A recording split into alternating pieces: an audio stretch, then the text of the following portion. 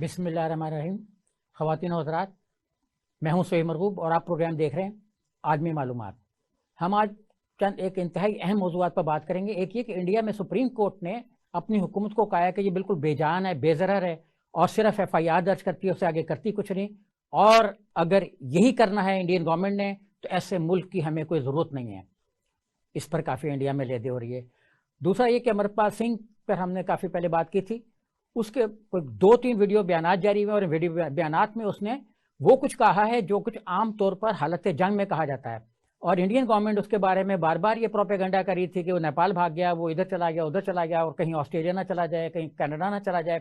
تو اس نے واضح طور پہ تردید کی ہے کہ میں نہ ہتھیار ڈالوں گا، نہ کہیں جاؤں گا، اور میں نے یہی مرنا ہے، اور میں کسی سے چھپا ہوا بھی نہیں ہوں، صرف کسی مناسب موقع پہ سامنے آؤں گا۔ اسی طریقے سے جو امریکہ کے صدر ہیں جو بائیڈن، وہ بھی جانے والے ہیں آئرلینڈ، اور آئرلینڈ کا 5 روزہ دورہ کریں گے 11 اپریل سے 16 اپریل تک، جس میں وہ اپنے جو ان کے وہاں پہ آباء و اجداد کی قبریں وغیرہ ہیں ان پہ بھی وہ دعا پڑھیں گے۔ اور اسی طرح ایک اور بڑی اہم خبر ہے کہ 4 ملکوں نے اپنا ایک اتحاد کے اندر اتحاد بنا لیا، یورپی یونین کے اندر ایک اتحاد بنا لیا، اس پہ بھی بات کریں گے۔ سب سے پہلے ہم چلتے ہیں ہندوستان، جہاں پہ بہت زیادہ اس وقت سپریم کورٹ کی اور گورنمنٹ کی جو ہے کافی جنگ و جدل کی سی کیفیت ہے، اور صرف لٹ اٹھانے کی دیر ہے۔ ورنہ جو انڈیا کے وزیر قانون ہے ریجوجو، وہ بار بار یہ کہہ رہے ہیں کہ سپریم کورٹ جو ہے وہ کیوں کولیجین کا جو ہے وہ ججوں کی نامینیشنز کے لیے کولیجین بٹھا دیتی ہے، وہ ججوں کو نامینیٹ کرتی ہے، طریقہ برسا برس سے چلا رہے ہو، کسی کانسٹیٹیوشن میں نہیں لکھا ہوا، مطلب ایک روایتاً یہی نامزدگیاں ہو رہی ہیں تو ہم ایسی نامزدگیوں کو نہیں مانتے۔ اور اسی پر پھر ان کے جو چیف جسٹس ہیں انہوں نے بھی جواب دیا کہ ہر ایک کی اپنی سوچ، اپنا نقطہ نظر ہے، اگر وہ ایسا سوچتے ہیں تو سوچتے رہیں، ہماری بھی اپنی سوچ ہے۔ اب پچھلے دنوں کوئی تقریباً 4 مہینے میں 50 سے زائد اجلاس ہوئے مہاراشٹرا میں، جس میں تلواریں اٹھا کر مسلمانوں کے قتال کی باتیں کی گئیں، اور ہندوؤں کو کہا گیا کہ آپ ہتھیار اٹھا لو۔ انڈین گورنمنٹ نے اور خاص طور پہ مہاراشٹر حکومت نے اس پر کچھ نہیں کیا، تو اس حکومت کے حوالے سے وہاں پہ کافی ریٹیں دائر ہوئیں۔ مسلمان جو 1-2 وکیل ہیں انہوں نے بھی دائر کی، 1-2 ہندوؤں نے بھی دائر کی۔ تو اب حکومت اس پہ سپریم کورٹ نے پچھلے دنوں جو کارروائی کی کل، وہ بہت ہی شدید تھی،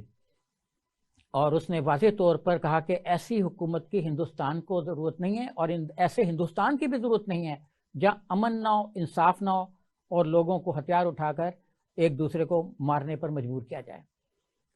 اور اس نے جو بیانات دیے اس میں کچھ اس طرح سے تھے سپریم کورٹ کے کہ ہندوستانی حکومت بے جان ہے، نفرتی بیانات حکومت کی کمزوری ہیں، اور اگر حکومت ان بیانات کو قابو نہیں کر سکتی تو ہمیں اس پر بہت زیادہ تشویش ہے، اور پھر یہ ملک نہیں بچے گا اگر اسی طریقے سے آگے بڑھایا گیا۔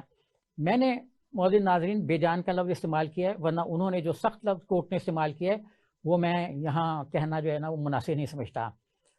اس نے کورٹ نے اس پر جو جسٹس جوزف ہیں سپریم کورٹ کے جج، انہوں نے اس معاملے پر کافی ریاست کی جو ہے نا وہ کھچائی کی ہے۔ تو ہم اس کی تفصیلات پڑھتے ہیں، کورٹ کی جو کارروائی ہے اس کی۔ جسٹس جوزف نے کہا کہ یہ کیسی ریاست ہے جو وقت پر کام نہیں کرتی؟ اگر ریاست خاموش ہے تو پھر یہ جو نفرتی بیانات ہیں آگے بڑھ سکتے ہیں۔ انہوں نے کہا، اور ان کے ساتھ جو بی وی ناگر تھنا ایک اور جج ہیں، انہوں نے بھی اسی طرح کی جو اوپینین ہے وہ اختیار کیا، اور ان کا یہ ماننا تھا کہ جس طرح کی نفرتی کارروائیاں انڈیا میں ہو رہی ہیں اس کے پیچھے حکومت کی نااہلی اور اس کی کمزوری ہے، ورنہ یہ ہو نہیں سکتے تھے۔ تو بینچ کے سامنے جو ایک اور ہندو اپنا ایک تقریباً ریڈیکل آرگنائزیشن ہے جو ہتھیار اٹھانے کی بات کرتی ہے، ساکیل ہندو سماج، اس نے بھی کئی جلوس نکالے تھے، وہ بھی سپریم کورٹ میں زیر بحث تھی۔ تو اس نے یہ اپیل لی کہ چونکہ ہمیں فریق نہیں بنایا گیا لہذا درخواست مسترد کر دی جائے، یعنی ہم فریق نہیں تھے تو اسے درخواست کو نہ سنا جائے۔ جج صاحبان اس پر بہت ناراض ہوئے، انہوں نے کہا کہ آپ کو ہم فریق آج بنا لیتے ہیں، اگر آپ کو فریق نہیں بنایا گیا تو اس کا مطلب یہ تو نہیں ہے کہ ہم انڈیا میں جو کچھ ہو رہا ہے، جو قتال کی باتیں ہو رہی ہیں اقلیتوں کے، اس سے ہم منہ پھیر لیں۔ اور پھر نظام پاشا ایڈوکیٹ جو ہیں انہوں نے بھی اس کی مخالفت کی، رد کرنے کی، اور انہوں نے کہا کہ سماعت جاری رکھی جائے، اس میں بہت سے معاملات ہیں جن پر غور کرنے کی شدید ضرورت ہے۔ انہوں نے یہ عدالت کو یہ بتایا کہ یہ ایکچولی درخواست ہے کانٹیمپٹ آف کورٹ کی، یعنی کورٹ کو پہلے بھی کئی مرتبہ کورٹ نے آرڈر جاری کیے، سالیسیٹر جنرل آف انڈیا کو بھی کہا، ایس وی راجو کو بھی آرڈر کیا کہ آپ اس چیز کو روکیں، لیکن ایس وی راجو نے ایک دفعہ پھر روکنے کی بجائے مزید وقت مانگ لیا. انہوں نے کہا کہ مرکزی حکومت بھی اور ریاستی حکومت کو بھی وقت درکار ہے. تو بینچ نے اس کو کہا کہ ہم آپ کو مزید مہلت نہیں دیں گے, ہم آپ کو آخری بار کہہ رہے ہیں اور آپ اس کا تحریری جواب جو ہے وہ فی الفور جمع کرائیں. جسٹس جوزف نے کہا کہ ملک میں سر قلم کرنے کی کالیں دی جا رہی ہیں, ہندوؤں کو ہتھیار جمع کرنے کے نعرے بہت عام ہوئے میں دہلی کے قریب ہی لگائے گئے, جہاں سے کوئی 8-10 کلومیٹر کے فاصلے پر وزیر اعظم خود تشریف فرمائے, ان کی پوری وزارتیں وہاں بیٹھی ہوئی ہیں, داخلہ کی اور امن و امان کی ساری. تو پھر بھی یہ ان کی ناک کے نیچے کیوں ہو رہا ہے؟ تو نظام ایڈوکیٹ نے یہ کہا کہ میں کچھ ایسے سنگین واقعات کی طرف اشارہ کرنا چاہوں گا جس کے پس منظر میں ساکر ہندو سماج ہے, اور اس ہندو سماج نے ہی مسلمانوں کے قتل کا ایک جس کو کہتے ہیں نا بیانیہ بنا دیا ہے, جو اب زبان زد عام ہو چکا ہوا ہے. اور ساتھ ہی اس کے جواب میں جو ان کے وکیل تھے انہوں نے یہ کہا کہ ہمارا اپنا عقیدہ ہے, مسلمانوں کا اپنا عقیدہ ہے, اگر ہم جلوس نکال رہے ہیں اور اس میں کوئی باتیں ہو رہی ہیں تو دوسرے مذہبی فرقے کو یہ کہنے کا حق حاصل نہیں ہے کہ ہمارے جلسے جلوسوں پر, ان جلوسوں پر اعتراض کیا جائے جو ہمارے مذہب کے حوالے سے ہیں. ہمارا مذہب ہمیں مختلف جلوس نکالنے کی اجازت دیتا ہے تو ہم وہ نکال رہے ہیں, اس پر کسی کو چیلنج کرنے کا اختیار نہیں ہے, اور وہ بھی مجھے پارٹی بنائے بغیر اس کو سننا بالکل ہی غلط ہوگا. جس پر بینچ کافی ناراض ہوا. بینچ نے کہا کہ قانون کی حکمرانی بھائی چارے اور رواداری کے بغیر ممکن نہیں, ہندو سماج کو جلوس نکالنے کا حق ہے. جسٹس ناگرسنا نے واضح کیا کہ جلوس نکالیں, کون روک رہا ہے آپ کو, لیکن موجودہ ریٹ پیٹیشن میں جو کہا جا رہا ہے وہ یہ کہ ان جلوسوں میں قانون پر حملہ کیا جا رہا ہے, قانون کی حکمرانی کو چیلنج کیا جا رہا ہے, بھائی چارے اور رواداری کے جو ایک فیبرک ہے اس کو پارا پارا کیا جا رہا ہے. جسٹس جوزف نے کہا کہ اقلیتوں کو بھی آئین کے تحت حقوق حاصل ہیں جو آئین کے بانیوں نے تسلیم کیے ہیں, جن میں بھی شامل ہیں. تو جب انہوں نے تسلیم کی تو آپ پھر اب کیا کہنا چاہ رہے ہیں کہ جلوس نکال کے آپ کیا اقلیتوں کو مارنا چاہ رہے ہیں, ان کو ختم کرنا چاہ رہے ہیں؟ تو جسٹس نے کہا کہ فرض کیجئے کہ آپ روزانہ عدالت میں آ کے بیٹھتے ہیں, آپ کے آس پاس موجود ہر کوئی آپ کے بارے میں اچھا نہیں کہتا, برا ہی کہتا ہے. عدالت کو یہ بھی سمجھ آنا ہے کہ لوگ عدالت پہ بھی جملے کس رہے ہیں کہ لوگ کہ عدالت جو ہے وہ کچھ کر نہیں پا رہی, وہ فیصلہ دیتی ہے جو امپلیمنٹ نہیں ہوتا. وہ ایسے فیصلے پہلے بھی دے چکی ہوئی ہے کہ اگر کوئی درخواست نہیں آتی تو ریاست فریق بنے. ہندو پولیس جو ہے وہ اپنے آپ کو بچانے کے لیے کہتے کسی نے درخواست نہیں دی, مطلب کسی کو برا نہیں لگا. تو اس پہ ججوں نے کہا کہ اگر مطلب کسی نے درخواست نہیں دی تو پولیس کس لیے ہے؟ اس کو نظر نہیں آ رہا کہ ایک نفرتی بیان چل رہا ہے تو وہ خود ایف آئی آر درج کرے. تو ایف آئی آر درج کر کے عمل نہ کرنے پر کنٹیمپٹ کی جو بے شمار درخواستیں وہ سپریم کورٹ کے پاس زیر التفات آتی ہیں. بہرکیف اپنے اس پس منظر کے بارے میں بات کرتے ہوئے انہوں نے کہا کہ آدمی کے لیے سب سے اہم چیز عزت ہے, دولت بھی نہیں ہے, صحت بھی نہیں ہے, اس سے بھی اہم چیز ہے عزت. مطلب ججوں کی بھی تو کوئی عزت ہوتی ہے نا, اگر ان کی باتوں کو ہلکا لیا گیا تو ظاہر ہے. اور پھر اسی بات میں انہوں نے اقلیتوں کی طرف اشارہ کیا کہ ان کی بھی کوئی عزت ہے, اور مستقل بنیادوں پر یہ کام ہو رہا ہے. کچھ بیانات ایسے دیے جاتے ہیں پاکستان جاؤ, ظاہر ہے پاکستان کے بغیر تو ہندوتوا کی سیاست مکمل نہیں ہوتی نا. نریندر مودی اور امت شاہ تو پاکستان جاؤ کے نعرے پر ہی اقتدار میں آئے ہیں, 8 سال ان کے ہونے والے ہیں, اور سوائے ہندو مسلم کے علاوہ انہوں نے عوام کو دیا کچھ نہیں ہے. باہر کیف تو ججوں نے یہ کہا کہ جو آواز کچھ اٹھاتا ہے اس کو کہہ دیا جاتا ہے تم پاکستان جاؤ. یہ لوگ ہیں دراصل جو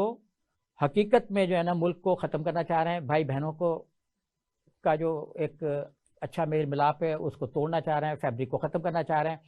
پھر ساتھ ہی جج نے ایک ٹانٹ کیا, کیونکہ مودی صاحب کہہ رہے ہیں کہ ہم 5 ٹریلین اکانومی بننے والے ہیں, بلکہ کبھی کہہ دیتے بن چکے ہیں, جاپان سے بھی اوپر, جاپان اور برطانیہ سے بھی اوپر ہماری معیشت جانے والی ہے, کبھی کہتے ہیں چلی بھی گئی ہے. تو اس نے کہا کہ اگر ہم سپر پاور بننا چاہتے ہیں تو یہ سمجھ لینا چاہیے کہ قانون کی حکمرانی کے بغیر ایسا ممکن نہیں, بھائی چارے کے بغیر ایسا ممکن نہیں. اور اگر بھائی چارہ نہیں ہوگا, قانون کی حکمرانی نہیں ہوگی تو آپ 5 ٹریلین اکانومی بن ہی نہیں سکتے. پھر اسی سماعت کے دوران نفرت انگیز تقاریر کے حوالے سے نسل کشی کی جو ڈیفینیشن اقوام متحدہ کے مشیر ایڈا ڈائنگ نے پیش کی تھی اس کا حوالہ دیا گیا. انہوں نے یہ کہا تھا کہ جرمنی میں ہولوکاسٹ جو ہے وہ گیس چیمبروں میں شروع نہیں ہوا, ہولوکاسٹ کی ابتدا اس کی شروعات جو ہے وہ نفرت انگیز تقاریر سے ہوئی. یعنی نازیوں نے جب نفرت انگیز تقریریں کرنا شروع کی تو اس سے جو ماحول بنا اس کے نتیجے کے طور پر پھر گیس چیمبرز ہر جگہ بننا شروع ہو گئے اور پھر ان کی کسی نے مذمت نہیں کی. تو اس وقت ہم ان کا کہنا یہ خود ایمنسٹی انٹرنیشنل بھی کہہ رہی ہے اور انسانی حقوق کی آرگنائزیشن کا بھی یہی ماننا ہے کہ انڈیا اس وقت سیکنڈ لارج اسٹیج پر ہے جینوسائیڈ میں. یعنی جس میں ریڈ الرٹ کی ان کی جو ڈیفینیشن ہے سیکنڈ ٹیئر میں جس میں ریڈ الرٹ جاری کیا جاتا ہے, یہ والی جینوسائیڈ واچ جو آرگنائزیشن ہے اس نے بھی جاری کیا وہ انڈیا کے بارے میں. تو جسٹس ناگرتھرا نے جو کہا وہ ہم پھر تھوڑا سا بتاتے ہیں کہ انہوں نے سوال کیا جو اصل میں خود ہی جواب بھی ہے کہ ہم کہاں جا رہے ہیں. ہم مینس ہندوتوا, ہم کہاں جا رہے ہیں یہ سوال ہے ہمارے سامنے. ہمارے پاس کسی زمانے میں نہرو تھے, واجپئی تھے, بہت اچھے مقرر تھے, لوگ ان کو سننے کے لیے دور دور سے آتے تھے. لیکن اب جو لوگ ہیں ان کے پاس کچھ بھی نہیں ہے سوائے کھوکھلی تقریروں کے. تو یہ وہ سوال ہے جو ہم نے آج غور کرنا ہے. بدقسمتی سے جو لوگ اس وقت تقریریں کر رہے ہیں ان کے پاس کوئی مقصد نہیں ہے, کوئی نصب العین نہیں ہے. وہ ایسی تقاریر کر رہے ہیں جن کا مقصد ہندوستان کو توڑنا ہے. اور اگر ہم نے اس معاملے کو پھیلایا تو ان کی باتوں سے لگا کہ سارا ہندوستان توہین عدالت کی درخواستیں لے کے آ جائے گا. مطلب اتنے بڑے پیمانے پر توہین ہو رہی ہے عدالت کی کہ ظاہر ہے ہندو بھی ان کی جو ایک سنجیدہ اکثریت ہے وہ بھی اس کے خلاف ہے. بھارتیہ جنتا پارٹی کو تو ٹوٹل 38% ووٹ ملا تھا. یعنی انڈیا میں 1/3% جو ووٹ ہے اس کے ساتھ مودی صاحب 1 ارب 40 کروڑ لوگوں پر حکومت کر رہے ہیں اور پھر کہتے ہیں ہم دنیا کی سب سے بڑی پولیٹیکل پارٹی ہیں. اور بہت سی ریاستوں میں انہوں نے گورنر کے ذریعے سے حکومتیں بنائی ہیں. اس کے بھی مقدمے سپریم کورٹ میں زیر سماعت ہیں بار کیف. تو وہ کہتے ہیں کہ کیا آپ ہندوستان کو ایک ایسا سماج بنانا چاہتے ہیں جس میں لوگوں کی تقاریر پر کوئی پابندی نہ ہو, جو چاہے کہتے پھریں, اور پھر ایک ایسی فکری پستی میں ہم چلے جائیں گے جس میں ہم دنیا میں 5واں نمبر کیا کسی نمبر پہ بھی نہیں آ سکتے. ان کے بقول فکری پستی تب آتی ہے جب برداشت ختم ہو جائے, تعلیم کی کمی ہو, علم نہ ہو, تو پھر یہ سارا ماحول پیدا ہوتا ہے جس میں برداشت ختم ہو جاتی ہے. اور اس ماحول میں ہم دنیا میں اگر نمبر 1 بننا چاہ رہے ہیں تو کبھی نہیں بن سکتے. ایک اور جج نے کہا اس ملک کے شہری یہ عہد کیوں نہیں دے سکتے کہ ہمارے معاشرے میں کسی اور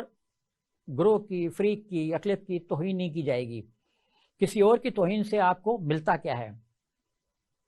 اس کے جواب میں ریاست مہاراشٹر کی طرف سے جج صاحب اپنا وکیل راجو صاحب پیش ہوئے. انہوں نے کورٹ کو ایک بڑی انوکھی دلیل دی. انہوں نے کہا کہ کورٹ اس کیس کو ختم کر دے کیونکہ ہم ایف آئی آر درج کر لیں گے. ایف آئی آر درج کرنا ریاست کا فریضہ ہے, ریاست اس فریضے کو پورے طور پر سرانجام دے گی.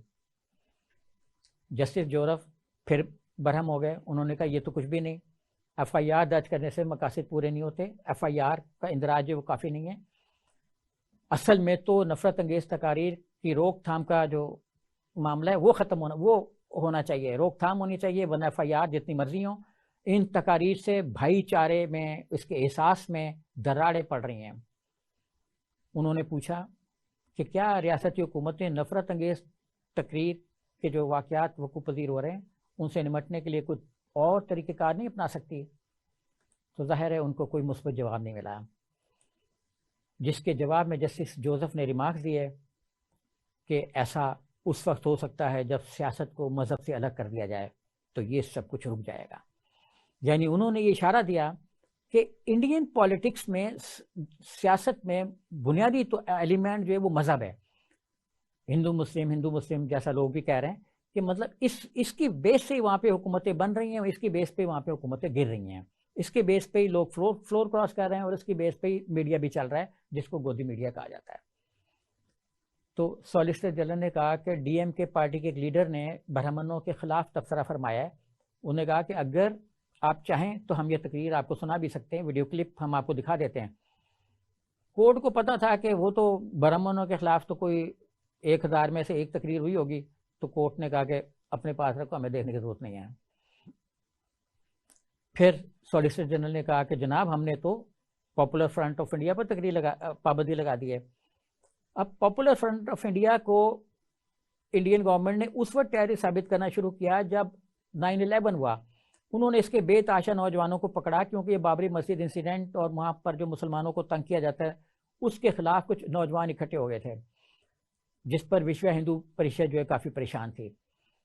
تو اس کی بیس پر یہ اپنا پاپولر فرنٹ کو پابندی لگی، کیونکہ یہ آرگنائزیشن چاہتی تھیں کہ مسلمان جو ہیں وہ کسی بھی طریقے سے سیاسی طور پر اور سماجی طور پر اٹھ نہ سکیں، ان کو کوئی قیادت نہ مل سکے۔ تو قیادت کو روکنے کے لیے وہ ہر گروہ، ہر مذہب، جتنے بھی وہاں پہ فرقے گروہ پائے جاتے ہیں، ان کی لیڈرشپ کو پابند کرنا شروع ہو جاتی ہے۔ تو انہوں نے ذکر کیا پاپولر فرنٹ آف انڈیا کا، اور اس پہ بھی جسٹس جوزف نے کہا کہ یہ کافی نہیں، نفرتی بیانات جو ہیں وہ ایک شیطانی دائرہ ہیں، اور اس میں گھومنے سے کچھ حاصل نہیں ہوگا، ہاں ریاست ختم ہو سکتی ہے، اور اس کا جو رد عمل ہے وہ ریاست کے لیے بہت خطرناک ہوگا۔ اور پھر راجو نے درخواست کی کہ کیس کو یہیں ختم کر دیا جائے، اور ریاست مہاراشٹر پر توہین عدالت کی جو ایک تلوار لٹک رہی ہے وہ اٹھا لی جائے۔ بینچ کے لیے یہ بیان کافی نہیں تھا، اس نے کہا کہ یہ پیغام نہیں جانا چاہیے۔ جسٹس جوزف نے پھر ناراض ہو کر کہا کہ یہ پیغام ہرگز نہیں جانا چاہیے کہ ہم آرڈر دیتے ہیں تو عمل نہیں ہوتا، ہمارے احکامات پر عمل ہونا چاہیے، یہ ایک قانونی کارروائی ہے اور ہر صورت میں اس قانونی کارروائی کو پورا ہونا چاہیے۔ تو یہ تو تھا انڈیا، جہاں پہ جو ہے بہت زیادہ مسائل اب عدالت میں آ رہے ہیں، بہت زیادہ کارروائیاں ہو رہی ہیں، اور یہ جو ہم نے یہاں پہ پیش کیا ہے یہ ایک بڑا چھوٹا سا منظرنامہ ہے وہاں کی سپریم کورٹ کی کوششوں کا۔ تو اب ہم بات کریں گے ایک مرتبہ پھر شمالی آئرلینڈ کی۔ جب سے وہاں پہ حمزہ یوسف نے اقتدار سنبھالا تو شمالی آئرلینڈ کے حوالے سے برطانیہ اور یورپی یونین میں کافی عرصے سے ایک معاہدہ پینڈنگ پڑا ہوا تھا، جو شمالی آئرلینڈ کی مصنوعات کی یورپی ممالک میں تجارت سے متعلق تھا۔ کئی 100 قسم کے کاغذات پر کرنا پڑتے تھے، ایک بڑی کاغذی کارروائی تھی کسٹم میں، مختلف محکموں میں، اور اس پر کئی مہینوں سے بات چیت جاری تھی کہ یورپی یونین تک رسائی دینے کے لیے کون سے قوانین اختیار کیے جائیں۔ تو جیسے ہی حمزہ یوسف صاحب نے وہاں پہ اقتدار سنبھالا تو برطانیہ کے رشی سونک نے، جو یورپی یونین کے لیڈر ہیں، ارسولا، ان کے ساتھ معاہدے پر دستخط کر دیے، اور یہ معاہدہ جو ہے یہ اس وقت ونڈسر فریم ورک کہلاتا ہے۔ اس کا مقصد یہ ہے کہ شمالی آئرلینڈ کی جو مصنوعات ہیں ان کو یورپی یونین کے اس میں ممالک میں آسان رسائی دی جائے، جو اس وقت مطلب مختلف طرح کی دستاویزات کی تیاری سے مشروط ہے۔ تو معاہدے کے بارے میں برطانوی وزیر اعظم رشی سنک نے کافی ایک بیانات دیے، اچھے قسم کے، اپنے سر پہ کریڈٹ لینے کی کوشش کی ہے، اور انہوں نے کہا کہ اب شمالی آئرلینڈ کی مصنوعات کو آسان راستہ مل گیا ہے۔ ان کا یہی مقصد تھا کہ ان پر چیک کم سے کم ہو، چیک مینس کے سامان کی جو جانچ پڑتال ہے وہ کم ہو۔ اب شمالی آئرلینڈ کا سامان جو ہے وہ گرین لائن سے گزرے گا اور سیدھا مطلب چلا جائے گا، جبکہ اگر انہوں نے کوئی مصنوعات جو ہیں وہ برطانیہ میں بھیجنی ہے یا کہیں اور، تو وہی پرانے قوانین ہوں گے، اور ریڈ چینل بھی استعمال ہو سکتا ہے۔ کھانے پینے کی اشیاء کو خاص طور پر درجنوں سرٹیفکیٹ لینا پڑتے تھے جن سے اب نجات مل جائے گی، کیونکہ جب بعض اوقات تو یہ چیزیں خراب ہو جاتی تھیں، اور اب اس سے جو ایک کسٹم پیپر ورک تھا وہ ختم ہو جائے گا وہاں پہ۔ تو ایک پریس کانفرنس کی دونوں لیڈروں نے، رشی سنک نے اور وان ڈیر لین نے، ارسولا نے، تو انہوں نے یہ کہا کہ یہ پروٹوکول جو یہ بہت خوبیوں کا مالک ہے، اس سے مطلب آئرلینڈ کی جو پاور شیئرنگ ہے وہ بھی ہوگی، آئرلینڈ کی پاور شیئرنگ ہوگی۔ پاور شیئرنگ پہ زور اس لیے دیا گیا ہے کہ یہ ہی اب فیوچر کا سوال ہے، آئرلینڈ میں جو نئی لیڈرشپ آئی ہے اس کے حوالے سے۔ تو برطانوی وزیر اعظم نے اس معاہدے کی باقاعدہ منظوری کے لیے، کیونکہ بھی ظاہر ہے اس نے پارلیمنٹ میں جانا، ابھی تو 2 لوگوں نے دستخط کیے اس پر، تو پارلیمنٹ میں ایوان نمائندگان جو ان کی حمایت حاصل کرنے کے لیے انہوں نے اس کے کافی سارے جو ہے نا اس کے فائدے گنانے شروع کیے ہیں۔ لیکن یہ بھی اپنی جگہ حقیقت ہے کہ جس وقت اس معاہدے پر دستخط ہو رہے تھے اس وقت بہت سے لوگ 10 ڈاؤننگ اسٹریٹ کے باہر مظاہرہ کر رہے تھے اس معاہدے کے خلاف، کیونکہ کنزرویٹو پارٹی کے بہت سے لوگ جو ہیں جو یہ چاہتے ہیں کہ دباؤ میں رہے آئرلینڈ کی جو لیڈرشپ ہے وہ، اور ان کے لوگ اور ان کی جو ٹریڈ ہے وہ ایک خاص بیوروکریٹک پریشر میں رہے، سرفیتے میں رہے، تو ان لوگوں نے مظاہرہ کیا۔ ادھر جو وہاں کی سب سے بڑی ڈیموکریٹک یونین پارٹی ہے وہ بھی اس کے خلاف ہے، اس نے بھی اپنی کوئی حمایت جاری نہیں کی، اس نے صرف اتنا کہا کہ ہم ابھی اس بارے میں کوئی فیصلہ نہیں کرتے، ہم اس کا اعلان بعد میں کریں گے، پہلے ہم یہ دیکھیں گے کہ اس کے ہمیں واقعی کوئی فائدے بھی ہوتے ہیں یا نہیں۔ اور پھر انہوں نے یہ بھی کہا کہ ہمیں یہ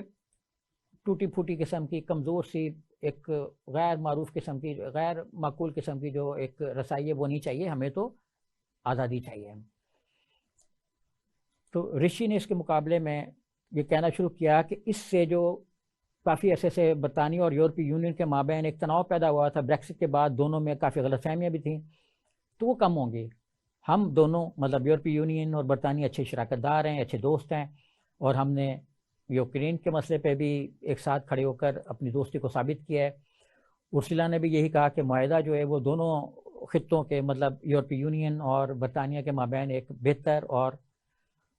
دیر پا تعلقات کے مسائل میں ایک اور سنگ میل ثابت ہوگا۔ لیکن جیسا میں نے عرض کیا کہ ابھی اس پر ہاؤس آف کامنز میں ووٹنگ ہونا ہے، رشی سنگھ پر کافی دباؤ ہے، اور ارکان پارلیمنٹ کچھ جو ہیں وہ اس کے خلاف ہیں، وہ نہیں چاہتے کہ بیوروکریسی کا جو ایک شکنجہ ہے وہ کمزور پڑ جائے، تو ابھی یہ مسائل سے دو چار ہے۔ تاہم رشی صاحب کا یہ کہنا ہے کہ آئرلینڈ کے لوگ جو کچھ چاہتے تھے ہم نے وہ کر دیا ہے،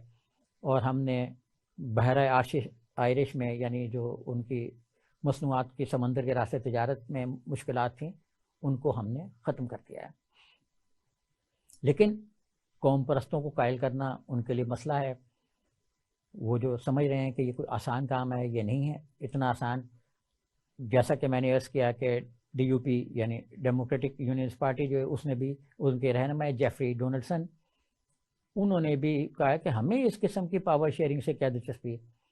اور وہ کہتے ہیں کہ ہم نے تو ماضی میں اس قسم کی پاور شیئرنگ کی ہمیشہ مذمت بھی کی ہے اور اس سے اجتناب بھی کیا ہے، ہم تو کسی بڑی تبدیلی کے خواہاں ہیں، ہم کسی بڑی تبدیلی کے حامی ہیں۔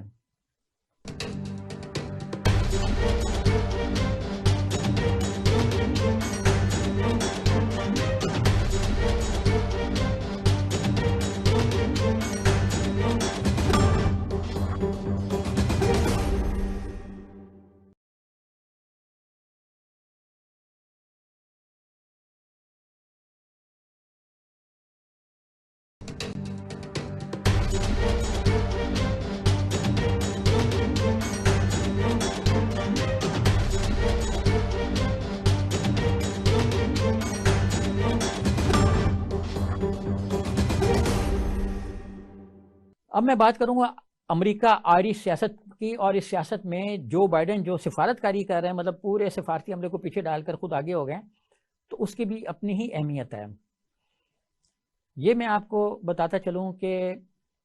انہی دنوں میں یعنی اپریل کے جو دن آنے والے ہیں ان میں آئرلینڈ اور برطانیہ کے مابین ایک معاہدہ ہوا تھا جس کو گڈ فرائیڈے کہا جاتا ہے، کیونکہ یہ گڈ فرائیڈے کے دوران ہی طے پایا تھا، اور اس کی 25ویں سالگرہ منائی جا رہی ہے، اور اس کے لیے امریکی صدر جو بائیڈن جو ہیں 11 اپریل کو آئرلینڈ جائیں گے، اور وہاں کوئی تقریباً 5-5.5 دن رہیں گے، اور یہ بھی کہا جا رہا ہے کہ شاید وہ موٹر کیٹ کے ذریعے جائیں گے بیلفاسٹ سے، اور ایسا بل کلنٹن کے بعد پہلی مرتبہ ہوگا۔ بل کلنٹن اپنے دورے پر، آخری دورے پر جو انہوں نے آئرلینڈ کا کیا تھا، اس میں موٹر کیٹ کے ذریعے گئے تھے، ساتھ گئے تھے، تو اب یہ پہلی مرتبہ ہوگا۔ اور پھر وہ وہاں پہ ایسی یونیورسٹیوں میں بھی جائیں گے جن میں سے ایک یونیورسٹی کی جو چانسلر ہیں وہ ہیلری کلنٹن ہیں، اور اسی معاہدے کے دوران انہوں نے، جو بائیڈن نے اپنا سارا جو وزن ہے وہ اس معاہدے کے حق میں ڈال دیا ہے جو ابھی حال ہی میں جس کا میں نے ذکر کیا کل، یورپی یونین اور برطانیہ کے مابین ہوا ہے۔ ایک طرف تو جہاں آئرلینڈ کے باشندے اس معاہدے کو مسترد کر رہے ہیں، وہیں امریکی صدر نے اس کے حق میں اپنا وزن ڈال دیا ہے۔ تو اب دیکھنا ہے کہ یہ تنازعات آگے کس طرح کیا رخ اختیار کرتے ہیں۔ تو بہرکیف امریکی انتظامیہ کا یہ کہنا ہے کہ جو گڈ فرائیڈے کا معاہدہ ہوا تھا اس میں بھی جو بائیڈن کا کافی ہاتھ تھا، کیونکہ جو بائیڈن 6 مرتبہ اپنے سینیٹرشپ کے دور میں گئے ہیں آئرلینڈ، کیونکہ ان کے آباء و اجداد، ان کے ماں کا تعلق آئرلینڈ سے تھا، اور باپ کا تعلق ان کے کچھ رشتہ داروں کا آئرلینڈ، کچھ کا فرانس اور کچھ کا برطانیہ سے تھا، مطلب ایک کافی ملٹی نیشنل قسم کی فیملی ہے۔ تو ان کا یہ ماننا ہے کہ ہم نے ہماری ہی مدد کے ذریعے سے یہ معاہدہ ہوا برطانیہ اور آئرلینڈ کے درمیان، جس سے وہاں پہ تناؤ کم ہوا، اور جو ایک تنازعات جاری تھے جس میں کم و بیش 3,500 کے قریب لوگ مارے گئے تھے، وہ ختم ہوا۔ تو اب امریکہ نے بھی اس کا کافی خیر مقدم کیا ہے، اور ان کا کہنا ہے کہ گڈ فرائیڈے کے بعد یہ دوسرا بڑا معاہدہ ہے جس سے خطے میں کشیدگی کو کم کرنے میں مدد ملے گی۔ امریکی صدر اپنے دورے کے دوران کاؤنٹی میو جائیں گے، جہاں پہ ان کے دور کے کزنز رہتے ہیں، فورتھ کزنز رہتے ہیں، فرسٹ کزن کی طرح فورتھ کزنز رہتے ہیں، تو ان سے بھی ملیں گے، اور وہاں پہ کئی دفاتر کا افتتاح بھی کریں گے۔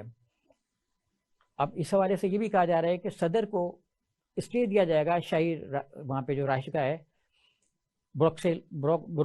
کیسل، تو وہاں پہ وہ قیام کریں گے، اور وہاں کے اسپیکر سے بھی ملاقات کریں گے، پارلیمنٹ کمپلیکس کا بھی دورہ کریں گے۔ لیکن یہ دورہ اس لیے متنازع بھی ہو سکتا ہے کہ ایک تو انہوں نے سفارتکاروں کو بالکل پس پردہ ڈال دیا ہے، اور ساتھ ہی وہ آئرلینڈ کی اسمبلی کا بھی دورہ کریں گے جو کافی ڈیوائیڈڈ ہے، جس پر ہم بات بھی کریں گے۔ تو اس ڈویژن کے ماحول میں اس کے کیا اثرات مرتب ہوں گے ڈیموکریٹک یونینسٹوں کے حوالے سے، یہ ابھی دیکھنا ہے، کیونکہ ڈیموکریٹک یونینسٹ جو ہیں وہ اس کا بائیکاٹ کریں سیشن کا، اور اگر انہوں نے اس سیشن کا بائیکاٹ کر دیا جس میں یہ شامل ہوں گے جو بائیڈن صاحب، تو پھر کیا بنے گا؟ بارکیف ان کا یہ ماننا ہے کہ ہمیں جو یہ چھوٹی موٹی چیزیں وہ نہیں چاہیے، امریکی صدر آئیں، ہم ان کا خیر مقدم کرتے ہیں، لیکن ہمیں مکمل آزادی کی طرف جانا ہے۔ تاہم جو مثبت سوچ آئرلینڈ کے اندر سے ابھر رہی ہے، جس میں وہاں کے امریکہ وزیر اعظم ہیں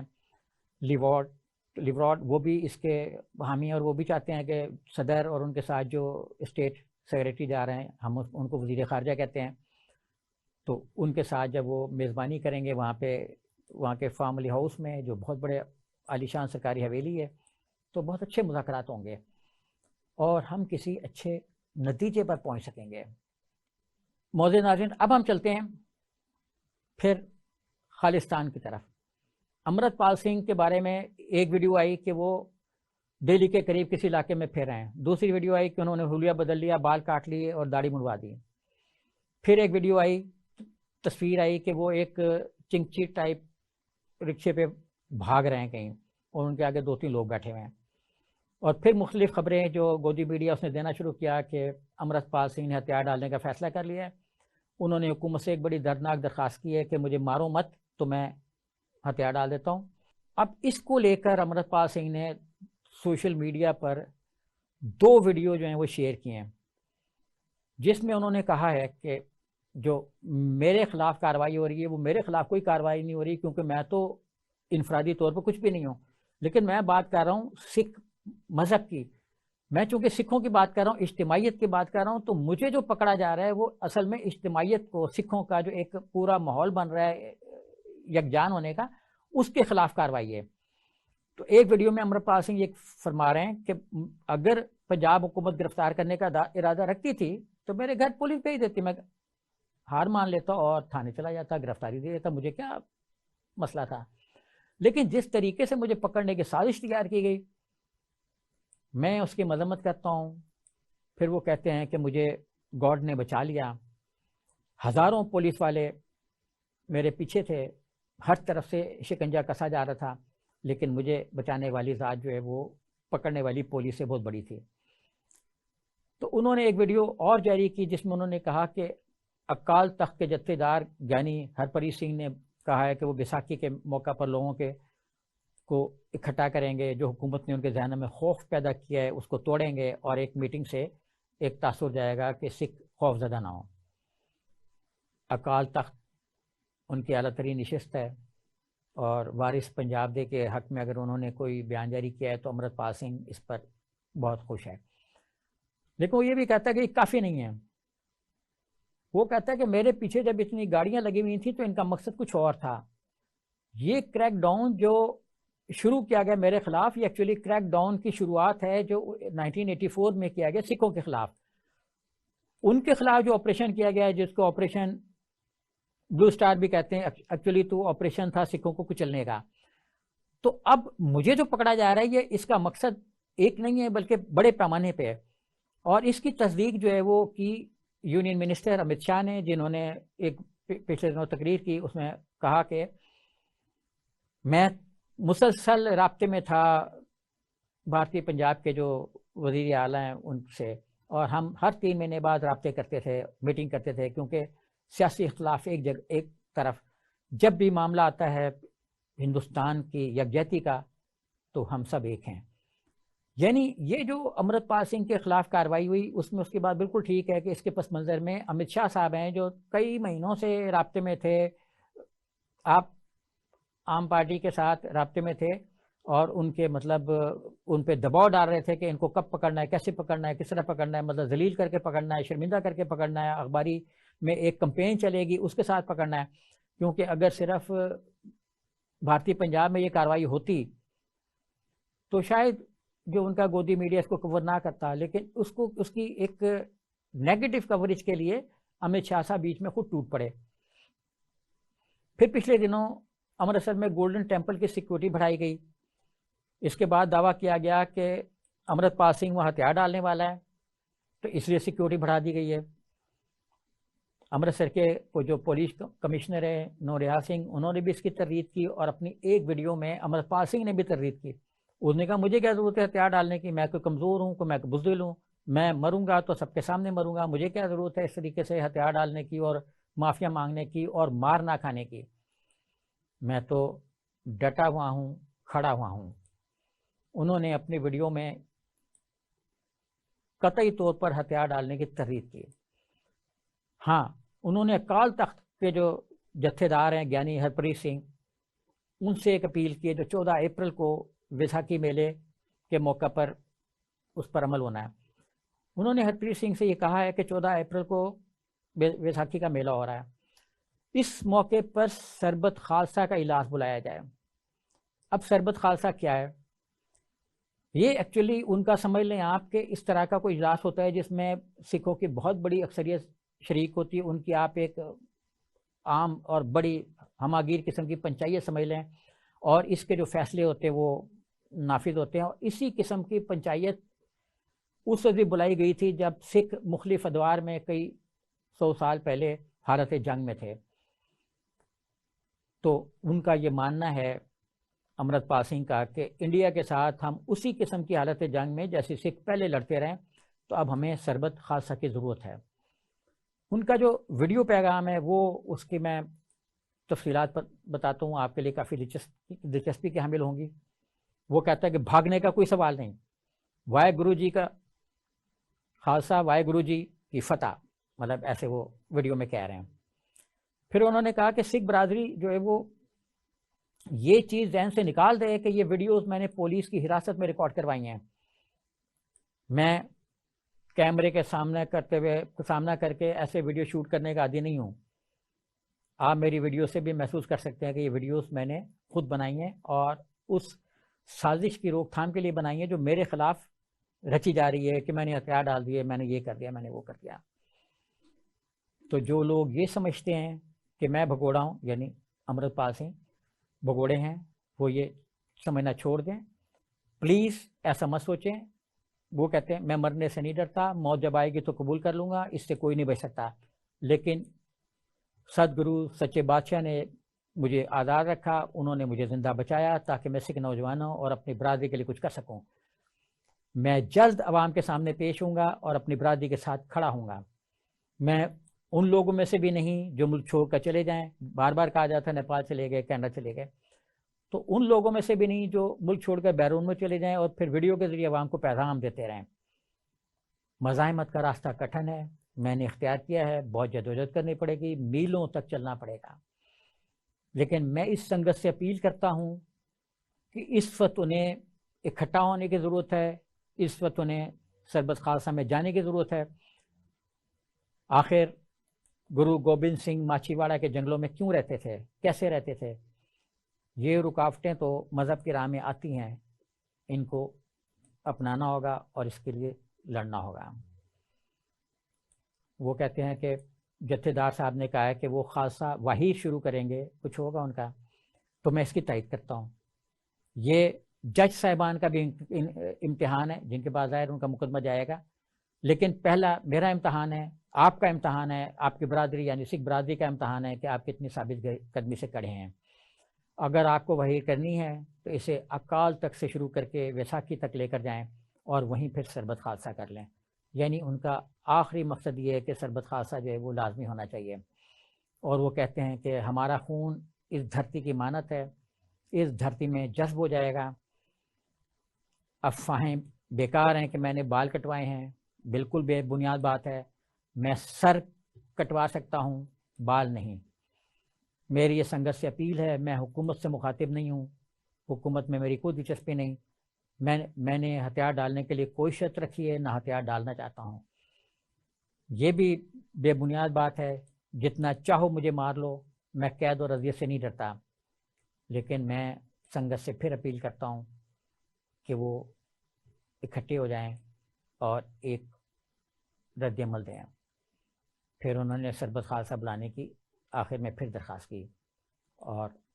کہتے ہیں آخر میں انہوں نے کہا میں ہوں امرت پال سنگھ۔ اب ہم بات کریں گے یورپی یونین کے 4 ممالک کی جنہوں نے یورپی یونین کے اندر اس کے مقاصد کے حصول کے لیے ایک اور اتحاد بنا لیا ہے۔ مطلب اتحاد در اتحاد در اتحاد بنتے ہی رہیں گے۔ ہم پہلے بھی کچھ اتحادوں کی بات کر چکے ہیں، اب یہ ایک اتحاد بھی بن گیا ہے جس کا مقصد مشترکہ خارجہ پالیسی بنانا ہے، جس کو انگریزی میں CFSP کہتے ہیں۔ یہ گروپ یورپی یونین کی خارجہ پالیسی، توانائی کے بحران، یوکرین جنگ سے جو معاشی نتائج برآمد ہوئے وہ، اور ہائبرڈ وار کا جو خطرہ چل رہا ہے اس کی روک تھام کے لیے ہے۔ اب ان 4 ممالک میں شمالی میکڈونیا، البانیہ، کوسوو اور مونٹیگرو شامل ہیں۔ ان کا مقصد جو یورپی یونین پالیسی اختیار کر رہی ہے یوکرین کے حوالے سے، اس کے بارے میں کچھ پوائنٹس انہوں نے بنائے، ان کو نافذ کرنا ہے اور ان کے بارے میں تحقیق کرنا ہے۔ مطلب یورپی یونین کی گائیڈنس کے لیے اندر ادارہ بنا ہے۔ مثلا مواصلاتی خدمات کو کیسے بہتر سے بہتر بنایا جائے، اس کی ابھی اسکیننگ نہیں ہوتی، کیا کیا جائے تاکہ کوئی ہائبرڈ وار نہ کر سکے، کوئی ان کے ڈیٹا کو چوری نہ کر سکے۔ پھر وہ یہ بھی جاننا چاہیں گے کہ جو ان ممالک میں خطرناک علاقے ہیں وہاں پہ قانون کی حکمرانی کیسے کی جائے، اس کے لیے وہ پارلیمنٹیرینز کی جو ان کی ایجوکیشن کریں گے۔ پھر یورپی یونین کو بہت زیادہ خطرہ ہے چین کی تجارت سے، وہ سمجھ رہے ہیں کہ چین جو وہ کسی دیو کی مانند عالمی منظرنامے پر چھا رہا ہے، تو اس سے کیسے نمٹنا ہے تجاویز یہ ملک بھی تیار کرے گا۔ پھر ان ملکوں نے یہ تسلیم کیا ہے کہ یورپ میں جو تارکین وطن ہیں ان کے ساتھ تشدد کیا جاتا ہے، تو اس کو کیسے ختم کیا جائے، کیسے بہتر سے بہتر بنایا جائے۔ جیسے آپ دیکھیے کہ میکسیکو میں ایک ثانیہ ہوا ہے جس میں 30 کے قریب جو ہیں وہ لوگ زندہ جل گئے ہیں، امیگرینٹس میں زندہ جل گئے ہیں۔ ان کا کہنا یہ ہے کہ امریکہ میں داخلے کی اجازت نہیں ملی، ان کو میکسیکو میں امریکی بارڈر کے قریب قید کر دیا گیا، اور جب انہوں نے کپڑے دھو کر لٹکائے تو کپڑوں پر کسی نے کوئی پٹرول چھڑک دیا، یا کیا ہوا، دانستہ کوشش تھی یا نادانستہ، بہرحال اس سانے میں 29 تارکین وطن زندہ جل گئے۔ تو ان کا یہ کہنا ہے 4 ممالک کا، ظاہر ہے اس کا تو اس پس منظر میں نہیں، یہ تو واقعہ آج کا ہے، تو ان کا یہ ماننا ہے کہ ہم جو یہ امیگرینٹس پر تشدد ہو رہا ہے اس کی روک تھام کے لیے بھی تجاویز دیں گے۔ پھر بہت زیادہ مسئلہ ڈسکس ہو رہا ہے یورپ میں سوشل میڈیا کا۔ ٹک ٹاک پر کئی ملکوں نے پابندی لگائی، امریکہ بھی پابندی لگا رہا ہے۔ مصنوعی ذہانت پر بھی بحث ہو رہی ہے کہ اس کو کیسے کنٹرول کیا جائے۔ اس کا جو مصنوعی ذہانت کا ایکٹ ہے یہ اپریل کے آخر میں یورپی پارلیمنٹ میں بحث کے لیے پیش ہوگا۔ اس کی تیاری میں بھی یہ لوگ مدد دینا چاہتے ہیں کہ مصنوعی ذہانت کو کیسے کنٹرول کیا جائے، اس کے کیا قوانین ہوں، کیونکہ اس وقت یہ بھی کہا جا رہا ہے کہ آرٹیفیشل انٹیلیجنس کے ذریعے سے لوگ ڈیٹا کو ہیک کر سکتے ہیں۔ اسی لیے کئی اخبارات نے اور دیگر اداروں نے اپنی ویب سائٹ کی کسی بھی نیوز تک رسائی کے لیے کچھ سوالات کے جواب مانگے ہیں تاکہ یہ پتہ لگے کہ یہ کوئی کمپیوٹر یوز کر رہا ہے یا یہ انسان کے استعمال میں ہے۔ تو بہرکیف 1 اپریل تک جب یہ ایکٹ پیش ہوگا تو یہ ممالک جو ہیں 4 یہ کچھ اور بھی تجاویز تیار کر لیں گے۔ پھر ان کے روبرو یہ بھی بات زیر بحث آئی کہ بلغاریہ میں ایک کرائسس چل رہا ہے، تو اس کے پیچھے کہیں وہ پالیسیاں تو نہیں ہیں جو یورپی ممالک اپنا رہے ہیں، اور یورپی یونین کی پالیسیوں کی وجہ سے ہی تو کہیں بلغاریہ کا داخلی بحران نہیں بڑھ رہا۔ اور پھر ظاہری بات ہے قابل تجدید توانائی یہ بھی یورپ کا ایک بہت بڑا مسئلہ ہے، اور یورپ چاہتا ہے کہ وہ کوئلے اور جو مڈل ایسٹ کی جس کو وہ پیٹرو ڈالر کہتے ہیں اس سے نجات پائے، اس کے لیے وہ قابل تجدید توانائی کے ذرائع پر غور کر رہے ہیں۔ تو یہ 4 ممالک اس پر بھی مزید تحقیق کریں گے۔ یعنی اگر ہم ان ممالک کے ساتھ اپنے روابط کو بہتر بنا لیں تو ہمیں بھی یہ جو تحقیقات کریں گے، رپورٹس تیار ہوں گی، ان تک رسائی آسان اور ممکن ہو جائے گی۔